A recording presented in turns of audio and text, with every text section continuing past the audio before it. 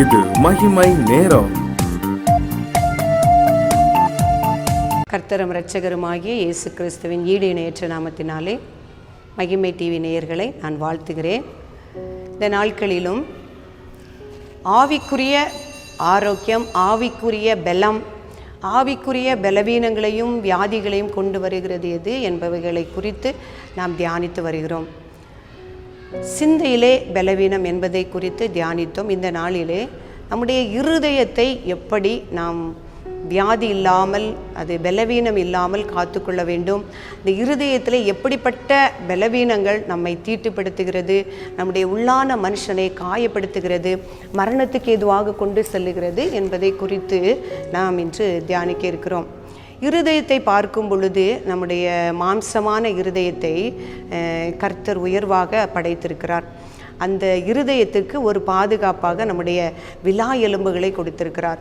ஏனால் மனுஷன் யாரோ தாக்கப்படும் பொழுது அந்த இருதயம் எளிதாக தாக்கப்பட்டு விடக்கூடாது என்பதற்காக அந்த இருதயத்திற்கு ஒரு முக்கியத்துவம் கொடுத்து அந்த விலா எலும்புகளை கர்த்தர் படைத்திருக்கிறார். அதே போல் அந்த உள்ளான இருதயம் அந்த பாவங்களிலிருந்து பாதுகாக்கப்பட வேண்டும். அந்த உள்ளான இருதயம் ஒரு பாதுகாப்பாக இருக்க வேண்டும் என்றால் நம்ம அனுதினமும் அந்த உள்ளார்ந்த இருதயத்தை ஆராய்ந்து பார்க்க வேண்டும். நாம் இருதயத்திற்காக நம்ம மருத்துவர்களிடம் பரிசோதனைக்காக போவோம். அந்த இருதயம் சரியாக செயல்படுகிறதா, அந்த இருதயத்தில் எதுவும் காயங்கள் இருக்கிறதா, ஏதாவது அடைப்பு இருக்கிறதா என்று பார்ப்பதற்காக நாம் மருத்துவர்களிடம் சொல்லுவோம். ஆனால் உள்ளான மனிதர்களுடைய உள்ளான நம்முடைய இருதயம் எப்படி இருக்கிறது, அதில் காயங்கள் இருக்கிறதா, அது கர்த்தருக்கு பிரியமானதாக இருக்கிறதா, அது ஆரோக்கியமாக இருக்கிறதா என்பதை நாம் ஒரு நாளும் ஆராய்ந்து பார்ப்பதில்லை. ஆனால் கர்த்தர் ஒவ்வொருடைய உள்ளந்திரியங்களையும் அவர் ஆராய்ந்து அறிகிறவராக இருக்கிறார். அவர் நம்முடைய வெளியான தோற்றத்தை பார்க்கவில்லை, நம்முடைய உள்ளான இருதயங்களை அவர் ஆராய்ந்து அறிகிறவராக இருக்கிறார். ஆனால் பிரியமானவர்களே, நாமும் நம்முடைய இருதயத்தை நாம் ஆராய்ந்து அறிகிறவர்களாய் காணப்பட வேண்டும். ஏனென்றால் மார்க் எழுதின சுவிசேஷத்தில் சொல்லும் பொழுது அந்த இருதயத்தில் இருந்துதான் எல்லா பொல்லாப்புகளும் வெளிப்படுகிறது என்று சொல்லப்பட்டிருக்கிறது. நம் வெளியிலே இருந்து நம்முடைய சரீரத்திற்குள் செல்வது ஒன்றும் நம்முடைய சரீரத்தை தீட்டுப்படுத்தாது. ஆனால் நம்முடைய இருதயத்தில் இருந்து வருகிறது நம்முடைய சரீரத்தை முற்றுமாக தீட்டுப்படுத்திவிடும். அதனால் இருதயத்தையும் எல்லா பாதுகாப்போடும் நான் காத்துக்கொள்ள வேண்டும். மார்க் எழுதின சுவிசேஷம் 7ஆம் அதிகாரம் 20ஆம் வசனத்திலே, மனுஷனுக்கு உள்ளே இருந்து புறப்படுகிறதே மனுஷனை தீட்டுப்படுத்தும். எப்படியெனில் மனுஷனுடைய இருதயத்தில் இருந்து பொல்லாத சிந்தனைகளும் விபச்சாரமும் வேசித்தனங்களும் கொலைபாதகங்களும் களவுகளும் பொருளாசைகளும் துஷ்டத்தனமும் காம விகாரமும் வன்கண்ணும் தூஷணமும் பெருமையும் மதிகேடும் புறப்பட்டு வரும். பொல்லாதவைகளாகிய இவைகளெல்லாம் உள்ளத்திலிருந்து புறப்பட்டு மனுஷனை தீட்டுப்படுத்தும். பிரியமானவர், எவ்வளவு பொல்லாப்புகள் நம்முடைய இருதயத்தில் இருந்து வெளிப்படுகிறது. இப்போ இருதயத்திலே அந்த பொல்லாப்புகள் காணப்படும் பொழுது அவைகள் எவைகள் மூலமாக வெளிப்படுமே என்றால், நம்முடைய கண்கள், நம்மளோட வெறுப்பு கசப்பு நம்முடைய உள்ளத்தில் இருந்தால் அது எப்படி நம்முடைய கண்களின் மூலமாக வெளிப்படும், வாயின் மூலமாக அது வெளிப்படும். வாய் தாறுமாறான அவைகளை பேசி நம்முடைய வாயின் மூலமாக வெளிப்படும்.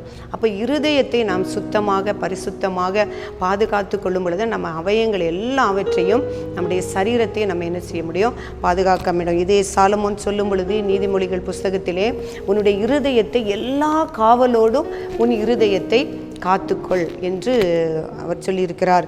அதிலிருந்து அப்படி நாம் காத்து கொள்ளும்போது அதிலிருந்து என்ன புறப்படுமா, ஜீவ ஊற்று புறப்படும்.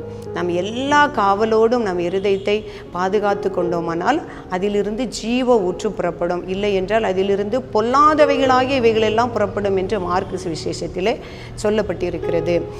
நாம் அதிலிருந்து வாயின் தாறுமாறுகளை என்ன பண்ணணும், நம்மை விட்டு அகற்றணும். இந்த இருதயத்தில் இப்படி பொல்லாதவைகள் இருக்கும் பொழுது நம்முடைய வாயிலே தாறுமாறான வார்த்தைகள் வரும்.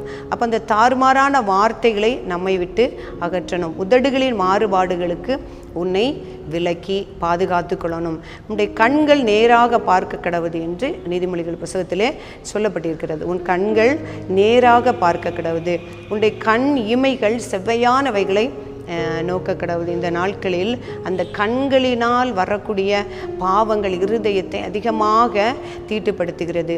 கண்களில் கண்டதெல்லாம் நாம் பார்க்க அனுமதிக்கிறோம். நாம் ஒரு விசை ஆராய்ந்து பார்க்க வேண்டும். நாம் பார்க்கிற காட்சிகள் கர்த்தருக்கு பிரியமானதாக இருக்கிறதா? நாம் எதை பார்க்கிறோம், எவ்வளவு நேரம் பார்க்கிறோம், எதையெல்லாம் பார்த்து நாம் ரசிக்கிறோம்? தேவையற்றவைகளை பார்த்து நாம் ரசித்து கொண்டிருக்கிறோமா, அல்லது கண்களின் காட்சிகளிலே மயங்கி திரிகிறோமா என்று நாம் ஒரு விசை நாம் யோசித்து நிதானித்து நாம் பார்த்து அவைகளுக்கு நாம் விலக வேண்டும்.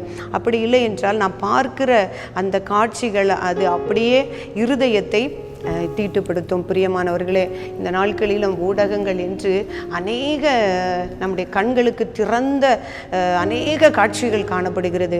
அதை எவைகளை பார்க்க வேண்டும், எவைகளை பார்க்கக்கூடாது என்று நாம் ஆராய்ந்து விலக்கி நாம் அதை காத்து கொண்டோமானால் நம்முடைய இருதயத்தை நாம் என்ன செய்ய மாட்டோம், தீட்டுப்படாமல் அதை நாம் காத்து கொள்ள முடியும். எல்லாவித காவலோடும் உன் இருதயத்தை காத்து கொள்ள வேண்டும். கர்த்தர் அருவருக்கிற காரியங்கள் என்று சொல்லும் பொழுது 6 காரியங்களை கர்த்தர் அருவருக்கிறார். 7 அவருக்கு அருவருப்பாக இருக்கிறது. 6 காரியங்களை கர்த்தர் வெறுக்கிறார். 7ஆவதும் அவருக்கு அருவருப்பாக இருக்கிறது என்று நீதிமொழிகள் 6ஆம் அதிகாரத்திலே சொல்லப்பட்டிருக்கிறது. என்ன என்றால், மேட்டிமையான கண், பொய் சொல்லுகிற நாவு, துர் ஆலோசனையை பிணைக்கிற இருதயம், குற்றமற்றவர்களுக்காக இரத்தம் சிந்துகிற கை, அப்புறம் தீங்குக்கு விரைந்தோடும் கால், சகோதரருக்கு விரோதத்தை உண்டு பண்ணுதல் என்று 7 காரியங்களையும் கர்த்தர் வெறுக்கிறார் என்று நீதிமொழிகள் புஸ்தகத்திலே சாலமோன் சொல்லுகிறார். அப்போ நம்ம ஆண்டவரிடத்தில் கேட்கணும், ஆண்டவரே இந்த காரியங்களுக்கு என்னை விட்டு விலக்குங்க, எல்லா காவலோடும் நான் இருதயத்தை காத்துக்கொள்ள வேண்டும், உம்முடைய பரிசுத்த இரத்தமே எனக்கு காவல் என்று அவர்களுக்கு ஒப்பு கொடுக்கும்போது அவர் நம்முடைய இருதய கடினங்களை எல்லாம் மாற்றி அந்த கடினமான இருதயத்தை எடுத்து போட்டு சதையான இருதயத்தை நமக்கு தர விருப்பமுடையவராக இருக்கிறார். பிரியமானவர்களே, இந்த நாளிலும் நம்முடைய இருதயத்தை பலவீனப்படுத்தக்கூடிய காரியங்கள் என்ன என்பதை குறித்து நாம் தியானித்தோம். நம்முடைய இச்சையான காரியங்களுக்கு நம்ம ஒப்புக்கூடாதபடி நம்முடைய கண்களையும் நம்முடைய செவிகளையும் நம்முடைய வாய்களையும் நாம் பாதுகாத்து கொண்டோமானால் அந்த இருதயத்திலே பொல்லாதவைகள் வராது. அந்த எல்லா காவலோடும் இருதயத்தை காத்துக்கொள்ளும் பொழுது அந்த இருதயத்திலிருந்து ஜீவ ஊற்று புறப்படும். நான் ஜெபிப்போம். கிருபை நிறைந்த எங்கள் அன்புள்ள ஆண்டவரே, உம்மை துதிக்கிறோம் அப்பா, உம்மை ஸ்தோத்திரிக்கிறோம் ஐயா. எங்களை தாழ்த்தி உம்முடைய பாதத்திலே ஒப்பு கொடுக்கிறோம் அப்பா. எல்லாருடைய இருதயங்களையும் ஆராய்ந்து அறிகிற தேவன், உள்ளந்திரியங்களை ஆராய்ந்து அறிகிற தேவன் அப்பா. நாங்களும் ஒரு விசை நிதானித்து உட்கார்ந்து அமர்ந்து ஆண்டவரே எங்களுடைய ஆத்துமாவை நோக்கி என் இருதயத்தை நோக்கி நாங்கள் ஆண்டவரை சிந்தித்து ஆராய்ந்து அறிந்து அப்போ அதிலிருந்தே பொல்லாதவைகளை எடுத்து போட்டு ஆண்டவரே பரிசுத்தமானவைகளை எல்லா காவலோடும் காத்துக்கொள்ள கர்த்தர் எங்களுக்கு உதவி செய்யுங்க. நீர் விரும்புகிறதை நாங்கள் செய்யவும், நீர் விரும்பாததை நாங்கள் விட்டு விலகவும் கர்த்தர் எங்களுக்கு உதவி செய்யுங்க. உம்முடைய பரிசுத்த இரத்தத்தினால் எங்கள் இருதயங்களை கழுவி நீர் சுத்திகரிக்கும்படியாக ஜெபிக்கிறேன், பலப்படுத்தும்படியாக ஜெபிக்கிறேன். இருதயத்தில் உள்ள காயங்கள், அடைப்புகள் எல்லாவற்றையுமே தேவரை நீர் எடுத்து போட்டு ஆரோக்கியத்தை கர்த்தர் நீர் கொடுக்கும்படியாய் நாங்கள் ஜெபிக்கிறோம். சுவாமி, எங்களை தாழ்த்தி அர்ப்பணித்து ஒப்பு கொடுக்கிறோம். இயேசு கிறிஸ்துவின் நாமத்திலே ஜெபிக்கிறோம் பிதாவே, ஆமென்.